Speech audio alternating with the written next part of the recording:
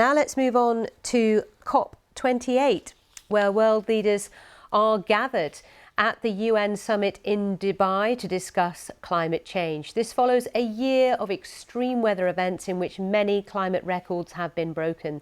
The decision to hold the 28th annual UN meeting in the United Arab Emirates has been controversial. It is one of the world's largest exporters of oil and gas. Well, my colleague Carl Nasman is in Dubai at COP28 for us.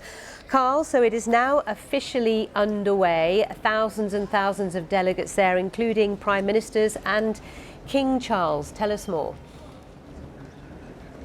That's right. Many of those world leaders will be making their addresses tomorrow. They're limited to just 3 minutes, so we'll see how that goes. But many thousands of people, 70,000 people, in fact, expected to attend here in Dubai, COP28, which is really going to be one of the most crucial climate conferences that there has been. Of course, it seems like we say that every year. One of the big sticking points at these conferences tends to be how to get large countries, those big emitters, to agree with some of the smaller developing nations and those that are really on the front lines of climate change. And to talk more about that, I'm joined by Patricia Scotland, who is the Commonwealth Secretary General. Thank you so much for being here. Now, you actually represent 56 member nations, 2.5 billion people. What message are you here to bring on their behalf? Really, that this is now time for action. We can't afford any more talk, because as we talk, people are literally dying.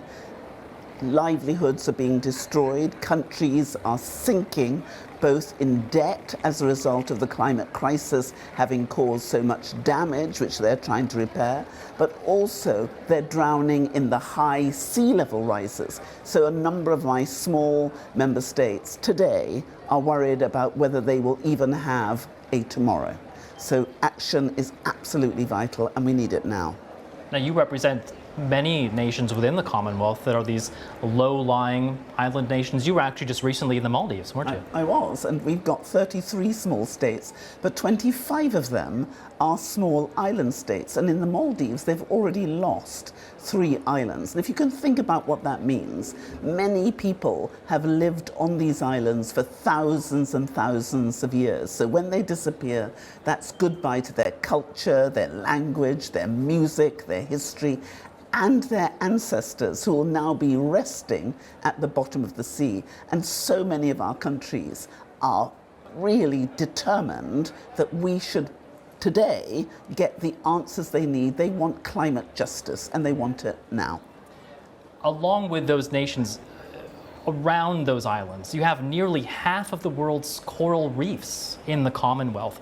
We saw not only record temperatures this year on land, but also in the oceans. Absolutely. How important is it to try to protect those resources, those kinds of coral reefs? No, it's absolutely vital, because there is an interconnection between what happens in the ocean, the atmosphere, and the land.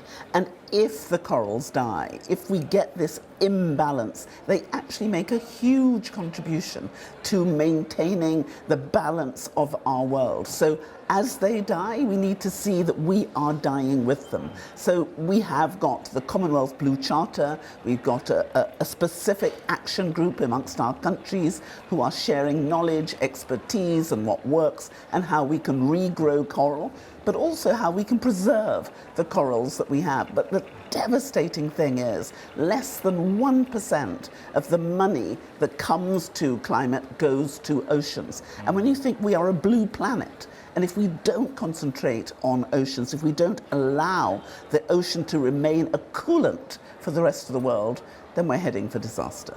I know you have a very busy schedule this week at COP, again representing 56 member nations of the Commonwealth. Secretary General Patricia Scotland, thank you so much for joining us and for talking with us. And we can send it back to you as day 1 of COP28 here in Dubai is kicking off and getting underway.